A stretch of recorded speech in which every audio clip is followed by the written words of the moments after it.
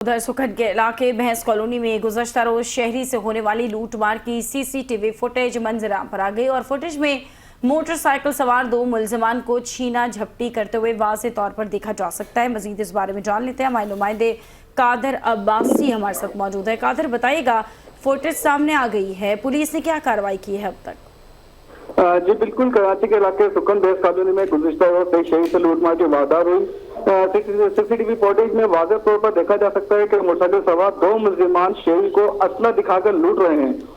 वाकई भैंस कॉलोनी में एक बाड़े के बाहर पेश आया, जहाँ एक शहरी किसी के इंतजार में खड़ा था।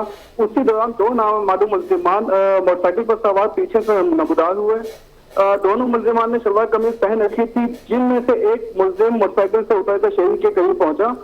मुलजिम ने असली के जोर पर शहरी से मोबाइल फोन और नकदी छीनी, जबकि वारदात के फौरन बाद दोनों मुलजिमान आसानी मोटरसाइकिल पर फरार हो गए। इस हवाले से पुलिस का कहना है कि वाकई की तहकीकात जारी है। सीसीटीवी फुटेज की मदद से मुलजिमान की शनाख्त और गिरफ्तारी की कोशिश की जा रही है। जल्द गिरफ्तारियां मुतवक्का। जी बहुत शुक्रिया आपका।